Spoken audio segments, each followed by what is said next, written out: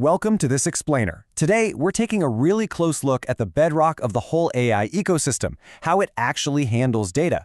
We're going to examine the nuts and bolts of how the industry ingests our information right now, and then explore this fascinating proposed shift called the sovereign data lifecycle. It's basically a massive rethink of data generation and digital ownership, moving us away from centralized top-down control and toward decentralized verification. Let's get into it. Okay, let's dive into this. The AI industry is currently operating on this really strange, unspoken assumption when it comes to scooping up data. And, this assumption has scaled right alongside the tech, from those early basic machine learning models all the way up to the massive large language models we use today. It's essentially the silent contract powering everything, completely dictating how our information gets gathered, crunched, and eventually turned into profit by developers and big enterprise systems alike. And that assumption? It plays out as this incredibly rigid two-step path that's basically the default right now. Step 1, you contribute data today. Step 2, you give up control forever. Seriously, forever. To understand why this happens, we have to look under the hood.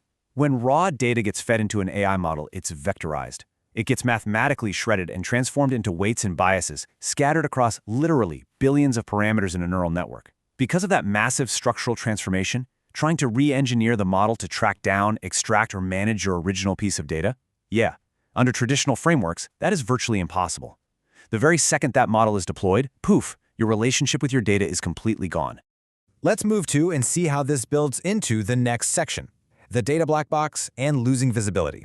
Because of that crazy mathematical transformation we just talked about, contributors face a complete loss of visibility. You're left totally in the dark. So you start asking, who is actually using my information? Is it being used by some open source academic research project that just scraped public websites?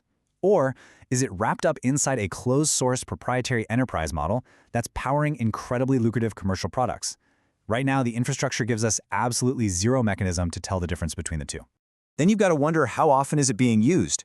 The sheer scale of how this data gets utilized is completely abstracted away from us. I mean, is your specific data point just acting as a niche reference, maybe tapped exactly once during a random fine-tuning run?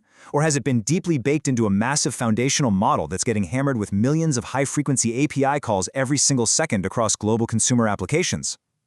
Under the current technical architecture, frequency simply isn't tracked at the contributor level, at all. And finally, what value does it actually create? This really highlights a profound economic disconnect between the people making the data and the companies deploying the models.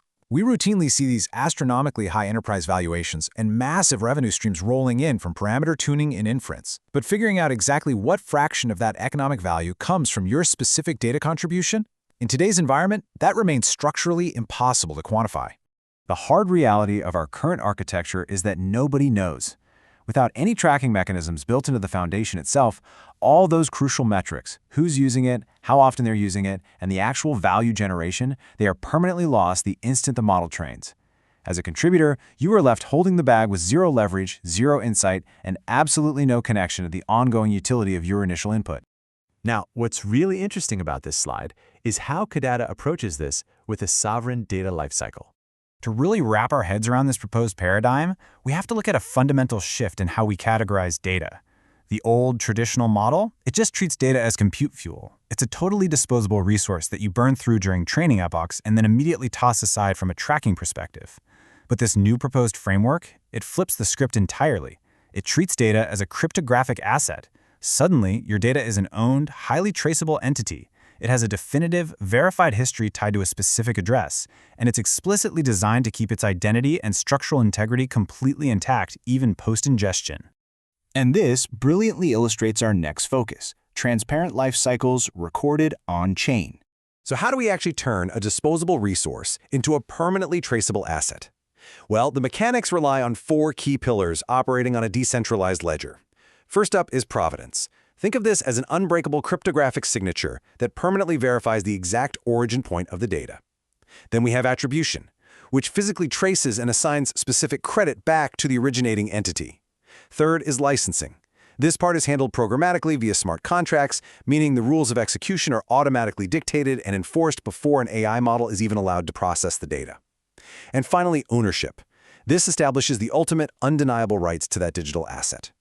By putting these 4 pillars together, we're taking historically murky data lakes and transforming them into rock-solid, verifiable, transparent ledgers. Now you might be thinking, great, we get better AI models out of this, right?